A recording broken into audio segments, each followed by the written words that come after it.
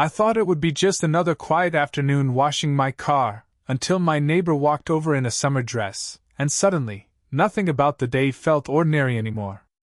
The afternoon sun hung lazily above the rooftops, its light spilling across the quiet street in a soft, golden wash. I had rolled up my sleeves and set about the simple task of washing my car, the kind of chore that asks little of you but gives you just enough rhythm to settle into your own thoughts. The steady hiss of water from the hose mixed with the faint squeak of a sponge against metal, and for a while, that was all I needed, just the comfort of small, familiar sounds. The air smelled faintly of soap and warmed asphalt, that strangely satisfying scent of summer that reminds you of childhood afternoons spent outside with nowhere urgent to be.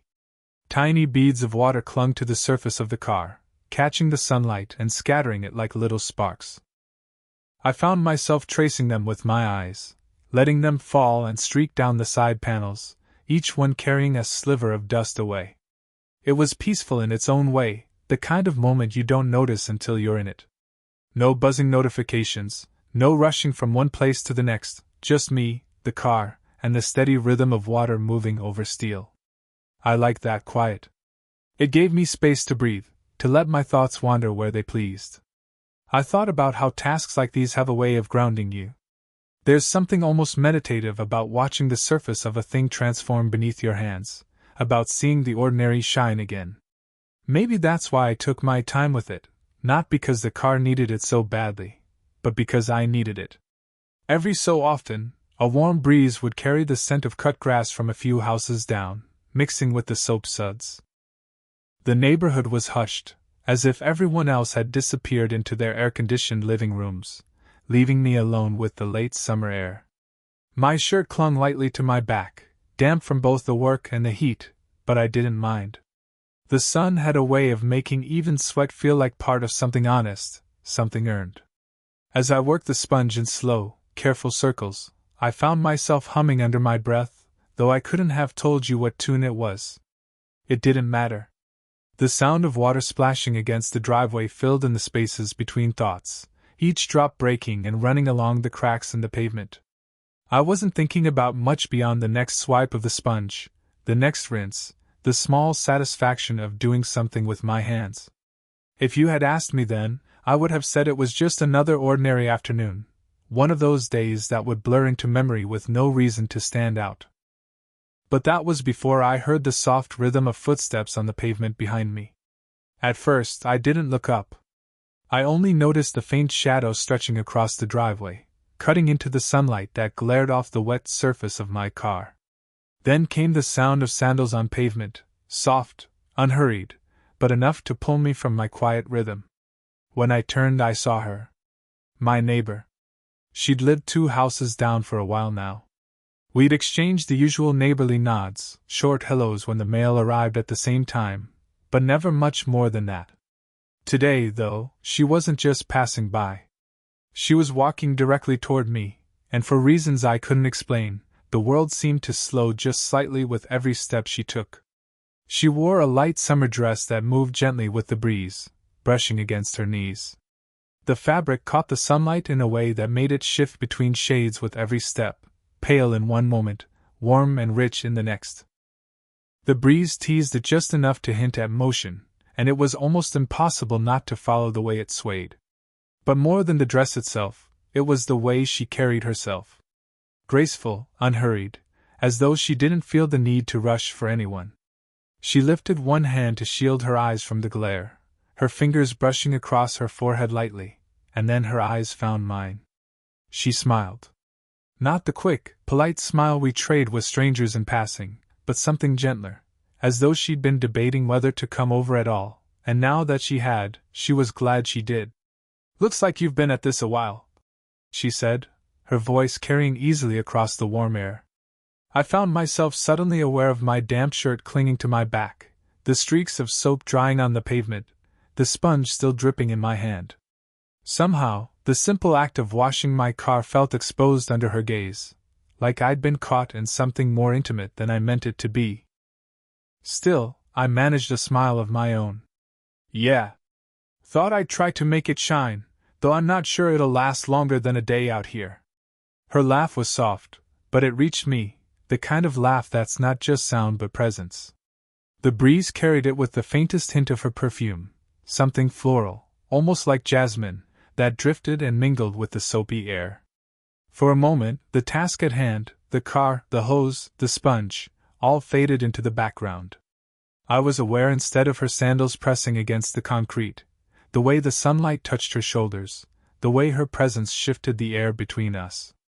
It wasn't dramatic, nothing that anyone else would have noticed. But for me, standing there with soap on my hands and water dripping onto my shoes, it was enough to change the feeling of the day completely. What had been ordinary was suddenly not ordinary at all. She stopped just a few feet away from me, her eyes dropping briefly to the soapy water sliding down the side of the car. For a second, I thought she might only offer another polite remark before continuing on with her day.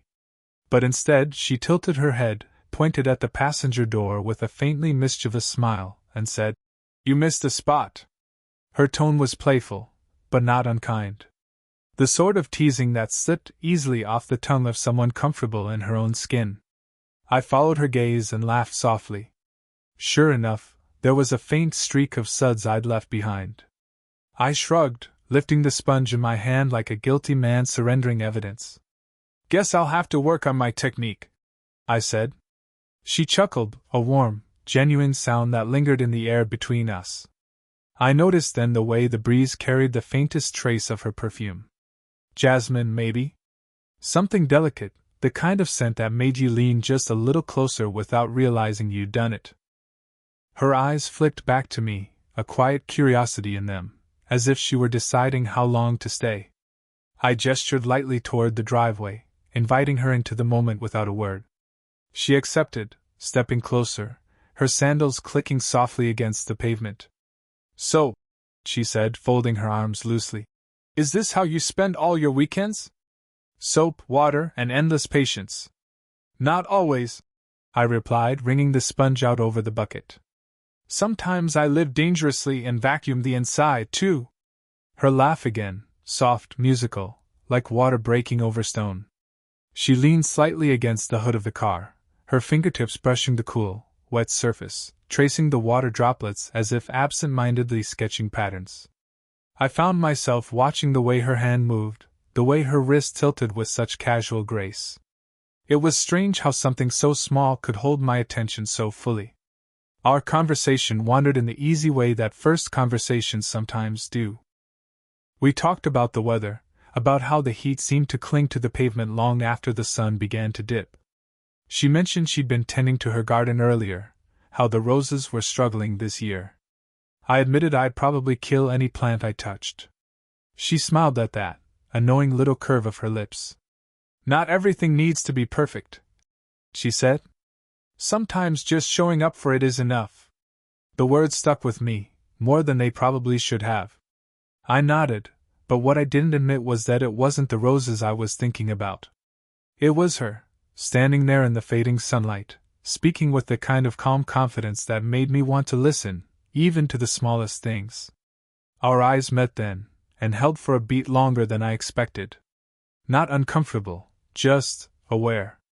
A silence slipped between us, not awkward, but full of something unspoken, something that felt at once new and familiar. In that pause, I became keenly aware of everything: the warmth of the air, the gentle rush of water running down the driveway, the faint brush of her perfume. And the fact that, for the first time that day, I was no longer thinking about the car at all. The conversation had slowed into a comfortable rhythm, the kind that didn't demand constant words. She lingered near the hood of the car, her hand resting lightly on the metal surface as though testing its coolness beneath the thin layer of water. Her fingers traced slow, meandering paths through the beads, leaving faint streaks in their wake. I caught myself watching the motion more than I probably should have, fascinated by the quiet elegance of something so small. The air had grown heavier with the sun drifting lower, stretching the shadows across the pavement. The cicadas sang lazily in the trees, their chorus rising and falling like a slow tide, filling the silence between us. Water dripped steadily from the edges of the car, tapping against the driveway in a soft rhythm that matched the stillness. I dipped the sponge once more into the bucket, but my movements had lost their earlier efficiency. Instead of scrubbing, I slowed, rinsing away the last streaks of soap with almost deliberate care, as if I didn't want the moment to end. When I picked up the hose again, she watched me with an expression caught somewhere between curiosity and amusement. I held it loosely, letting the water arc in a gentle spray across the surface of the car, glistening in the fading sunlight. "Here," I said, offering it out to her, half in jest. "Want to give it a try?" Her brows lifted, a smile tugging at the corner of her lips. She reached out, and for the briefest moment, our hands touched as I passed the hose to her. Her fingers brushed against mine, not hurried, not careless, but with just enough pressure to be felt. A spark flickered in that contact, subtle yet undeniable, and I realized I hadn't been holding my breath until it escaped me in a quiet exhale. She accepted the hose, her grip steady, her laugh soft and unforced. Tilting it carefully, she sent a playful spray of water across the windshield, droplets scattering and catching the last threads of light. For a second, the air felt almost weightless, as if the world had slowed to watch this small, ordinary act that somehow felt extraordinary. I stepped closer, not enough to intrude, but enough to feel the faint mist of water brushing against my arm, cooling the warmth of my skin. Her shoulder was just within reach, close enough that the thought of it brushed through my mind before I pushed it gently away. The silence that followed wasn't empty. It was thick with something unsaid, a quiet recognition neither of us named. She lowered the hose, droplets still clinging to her hand, and glanced at me with eyes that lingered a fraction longer than politeness required. In that pause, it felt like everything around us, the cicadas, the dripping water, the distant hum of the neighborhood, had conspired to draw us into the same still moment. A moment balanced delicately between the ordinary and the unspoken possibility of something more. And standing there, shoulder to shoulder in the fading sunlight, I knew we were both aware of it. The hose rested loosely in her hand now, its gentle trickle of water spilling onto the driveway and running toward the street in thin, glistening streams. She seemed to notice it only after a long pause, turning the nozzle off and setting it down with care, as though not wanting to disturb the stillness that had settled between us. For a moment, she looked down at her fingers, rubbing away the lingering droplets, her lips pressed together in a thoughtful line. Then, with a small exhale, more like a sigh she hadn't meant for me to hear, she said, almost casually, "I wasn't sure if I should come over." Her words caught me off guard, not because they were dramatic, but because they carried an honesty that felt unexpectedly raw. She lifted her eyes to mine, a faint crease between her brows. "I didn't want to bother you." Something in the way she said it, quiet, almost hesitant, shifted the ground beneath the conversation. I could see the confidence she usually carried, the graceful ease of her presence, softened just enough to reveal a different side of her. Not fragile, but human. Real. "You're not bothering me," I said quickly, almost too quickly, but I meant it. I straightened a little, wanting her to see the truth of it. "It's nice, having company." Her shoulders eased, just a fraction, but I noticed. The corners of her lips lifted, a smile that wasn't playful this time, but something gentler, touched with relief. She nodded, and the silence between us shifted into something warmer, like a quiet acknowledgement we both understood. We let the conversation wander again, but this time it took on a different tone. Less about the car or the weather, more about the pieces of ourselves we don't usually share with neighbors. She told me about her love for mornings, how she liked the stillness before the world woke, the way the light broke slowly across her kitchen window. I admitted I'd always been more of a night person, drawn to the quiet hours when everything had already slowed. She smiled at that, tilting her head. "Maybe that's why we never talk much. You're winding down when I'm waking up." There was no judgment in her words, just an observation that felt strangely intimate, as though she'd been aware of me more than I'd realized. Her gaze drifted toward the horizon, where the sunlight was softening into gold. For a long moment, she didn't speak, and I found myself studying the way the fading light touched her hair, the way it softened her expression into something both strong and quietly tender. I wanted to ask her something, about why she'd really come over, about what had made her hesitate, but the words caught in my throat. Instead, I said softly, "I'm glad you did." She turned back to me then, eyes holding mine, steady and unguarded. That single look felt like an answer all its own. The sun had dropped lower now, bathing the driveway in a warm, golden glow that softened the edges of everything it touched. The cars shimmered under the light, water droplets glittering like tiny fragments of sunlight clinging stubbornly to its surface. She stood nearby, her fingers brushing absent-mindedly along the wet hood, and I realized I hadn't moved for several moments, just watching. There was a quiet rhythm to the moment, broken only by the occasional drip of water and the distant hum of a car passing down the street. It was ordinary, and yet entirely charged, the kind of silence that makes every breath feel louder than it should.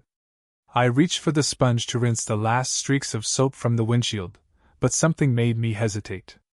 She was standing too close, closer than I'd noticed before, and the warmth of her presence brushed against me in a way that made my chest tighten.